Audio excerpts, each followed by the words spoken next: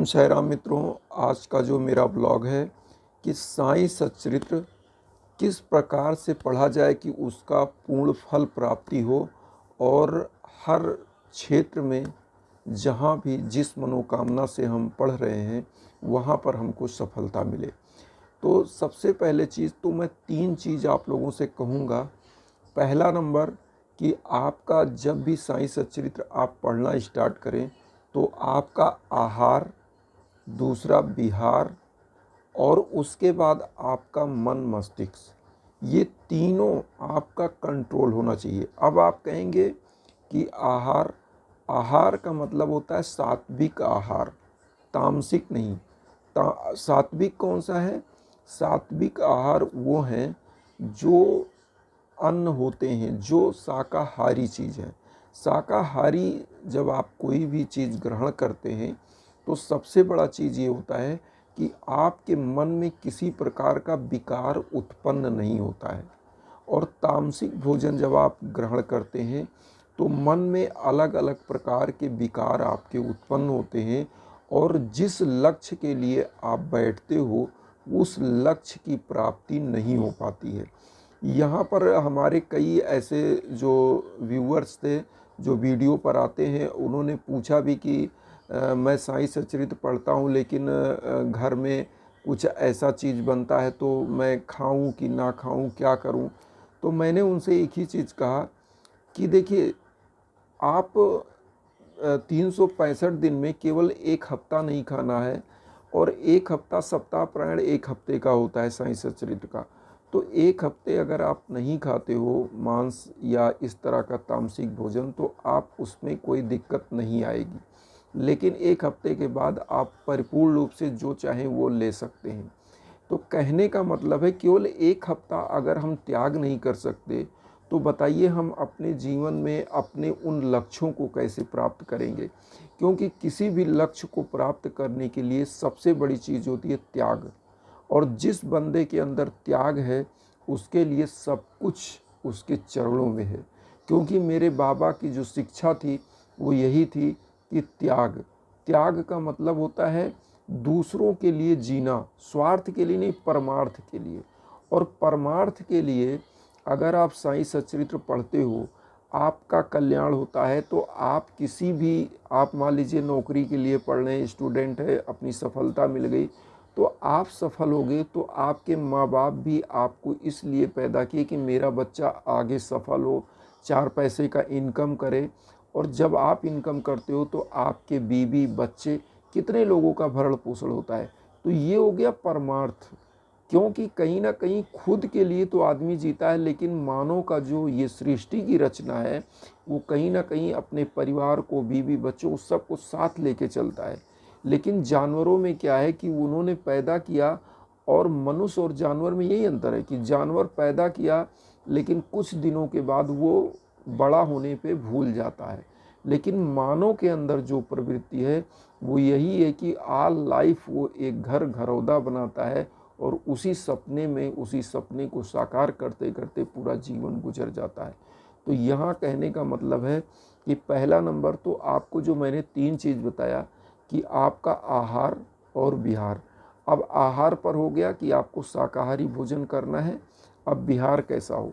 विहार means ऐसा होता है कि जहाँ भी आप साईं सच्चरित्र का पाठ करें, जहाँ भी आप रहें, उस समय भी आपके मन में विकार नहीं आने चाहिए। मतलब किसी का ऐसा ना हो कि हम किसी का अहित करें, किसी का कुछ करें। लेकिन मानव स्वभाव है, मानव स्वभाव कहीं ना कहीं गलत जरूर होता है, लेकिन कोशिश करना चाहिए कि आप गलत ना हो। क्योंकि आप कौन है? आप एक साईं, सदमार्ग पर चलने वाले साईं के पुजारी हैं। और साईं के पुजारी से यही आशा किया जा सकता है, साईं के भक्त से यही आशा किया जा सकता है कि वो हमेशा एक सदमार्ग पर चलेगा, समाज को एक अच्छा राह दिखाएगा और अपने आस पड़ोस में अपनी आभा मंडल के द्वारा अपना एक अलग मुकाम बनाएगा। क्योंकि साईं जो थे, अगर उनके साईं सच्चरित्र आप पढ़ेंगे जिस दिन, उनकी लीलाओं का इसमें वर्णन है। और बाबा की लीलाएं कहीं ना कहीं समाज के लिए ही थी और समाज को एक सर्वोत्तम मार्ग पर ले जाने की उनकी एक जो आकांक्षा थी वो थी। तो यहाँ पर आहार और विहार की जो मैंने बात बता रहा हूँ, विहार और आहार का बहुत बड़ा फर्क आपके व्यक्तित्व पर पड़ता है। जिस तरह का आहार होता है, कहा गया है हमारे यहाँ कि जैसा कोई खाए अन्न वैसा रहे मन। तो जैसा अन्न खाएंगे, अन्न ग्रहण करेंगे, वैसा ही आपका मन हो जाएगा। और वैसा जब मन होता है तो आपका जो विकार है ना, वो बहुत चरम पर आ जाता है। ऐसे लोग अधर्मी हो जाते हैं।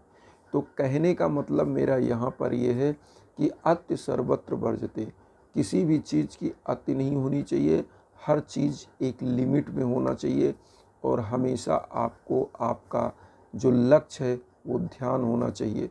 तो कहने का मतलब है केवल आपको 1 हफ्ता अपना आहार विहार और उसके बाद सब कुछ आपके चरणों में। तो कहने का मकसद यही है कि साईं सच्चरित्र जब भी आप पढ़ें तो आहार विहार और आपका तीसरा चीज़ जो मैंने बताया कि आहार और विहार के बाद तो आपका आहार विहार जो है वो सही होना चाहिए। और आहार विहार जब सही होता है तो आपका मन अपने आप सही हो जाता है, क्योंकि मन सबसे चंचल है। मन की चंचलता को रोकने के लिए आहार और विहार पर लगाम लगाना बहुत ज़रूरी है।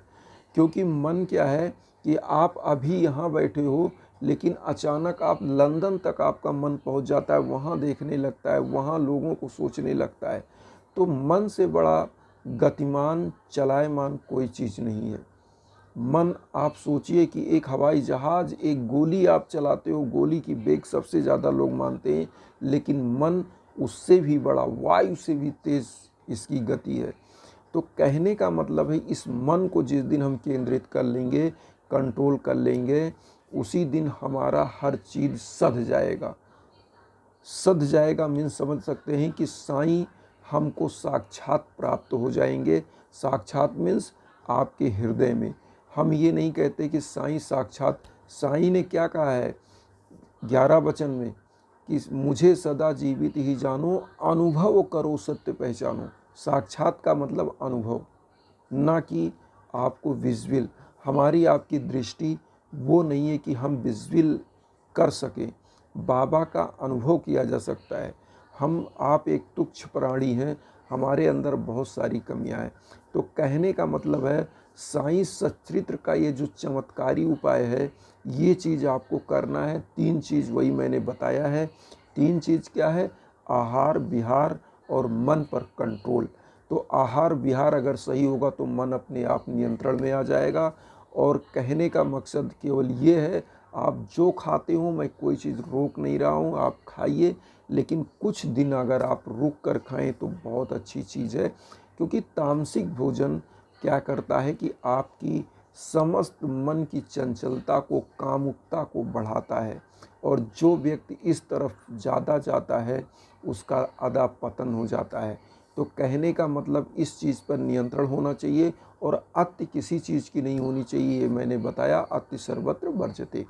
अब यहाँ पर रहा सवाल कि हम लोग साईं सच्चरित्र पढ़ करके बाबा को प्राप्त कर सकते हैं, ऐसा लोग क्वेश्चन करते हैं। मैं यहाँ पर कहूँगा कि जिस भी आप गुरु को मानते हो, आज मैं पहले नंबर तो गुरु के बारे में बता दूँ। गुरु मीन्स क्या होता है? गुरु मीन्स क्या होता है? गुरु गुरु मतलब होता है बड़ा। अगर आप गुरु का वर्ड या मीनिंग तलाश करेंगे कि गुरु का मतलब क्या होता है, एक होता है लघु, एक होता है गुरु। लघु मतलब होता है छोटा, गुरु मतलब होता है बड़ा, विशाल। तो गुरु कौन है? गुरु वो है जो ईश्वर से भी बड़ा है। कहा भी गया है कि गुर हरि रूठे गुरु ठौर है और गुरु रूठे नहीं ठौर। मतलब अगर ईश्वर रूठ जाएगा तो गुरु का शरण मिल सकता है, लेकिन अगर गुरु रूठ गया तो किसी का शरण आपको नहीं मिलेगा। तो कहने का मकसद ये है कि गुरु से बड़ा कोई नहीं है। गुरु वो है जो आपका मार्गदर्शन करता है, आपकी जीवन को बदल देता है, आपकी दिशा और दशा को सुधार देता है, वो है गुरु। तो यहाँ पर हम ये कहना चाह रहे थे कि गुरु अब हमको जो लक्ष्य लेके चलना है वो क्या है? लक्ष्य ये है कि हमारा जीवन, जो लोग कहते हैं कि साईं सच्चरित्र पढ़ लिया और हम प्राप्त कर लिए, तो लक्ष्य क्या है? हमारे साईं के बारे में हमको जान लेना, क्योंकि हम इतने बड़े अंतर्यामी भी अभी नहीं हुए, हम तुच्छ प्राणी हैं। हमको कहीं ना कहीं अपने उस परम गुरु के बारे में जानना पड़ेगा, और जो बाबा को जानने का श्रेष्ठ स्रोत है वो साईं सच्चरित्र है, जो बाबा के जीवन काल खंड में ही लिखा गया है। तो कहने का मतलब ये है कि जब हम उनके प्रमाणिक स्रोत जानते हैं, तो उस ग्रंथ को पढ़ने से अगर हमको उनके बारे में नॉलेज होगा, तभी तो हम बाबा के चीज़ों को जान पाएंगे और उनकी आराधना कर सकेंगे। तो कहने का मतलब है कि जो साईं सच्चरित्र है वास्तव में एक चमत्कारिक ग्रंथ है, और जो भी व्यक्ति इन 3 चीज़ों को मैंने जो बताया कि आपका आहार विहार और मन पर नियंत्रण जिस दिन हो करके आप साईं सच्चरित्र पढ़ते हैं, साईं सच्चरित्र आपको फल प्रदान करता है त्वरित। ये बाबा का शपथ भी है, और 11 वचन में बाबा ने जो बातें कही हैं वो सत्य हैं। 11 वचन हमेशा याद रखना है। जो शिरडी में आएगा आपद दूर भगाएगा, चढ़े समाधि की सीढ़ी पर, पैर तले दुख की पीढ़ी पर, त्याग शरीर चला जाऊंगा, भक्त हेतु दौड़ाऊंगा। मन में रखना दृढ़ विश्वास, करे समाधि पूरी आस, मुझे सदा जीवित ही जानो, अनुभव करो सत्य पहचानो। जो शिरडी में आया हो खाली हो तो कोई बताए, जैसा भाव रहा जिस जन का वैसा रूप हुआ मेरे मन का। भार तुम्हारा मुझ पर होगा, वचन न मेरा झूठा होगा, असहायता लो भरपूर, जो मांगा वहाँ नहीं दूर। मुझ में लीन वचन मन काया, उसका ऋण न कभी चुकाया, धन्य धन्य व भक्त अनंत, मेरी शरण तजलय नन। ओम शाई ओम शाई। तो मित्रों, इसी के साथ आपको मेरा ब्लॉग अच्छा लगे तो लाइक शेयर सब्सक्राइब करिए, और साईं भक्तों तक इस वीडियो को पहुंचाइए, जिससे ज़्यादा से ज़्यादा भक्तों तक जुड़ा जाए, और हम लोगों का एक ऐसा चयन बन जाए कि एक मार्गदर्शन समाज को मिले, और कुछ सीख हमारे ब्लॉग से अगर लोगों को मिल पाएगा तो मैं अपने आप को धन्य समझूंगा। इसी के साथ ओम साई राम।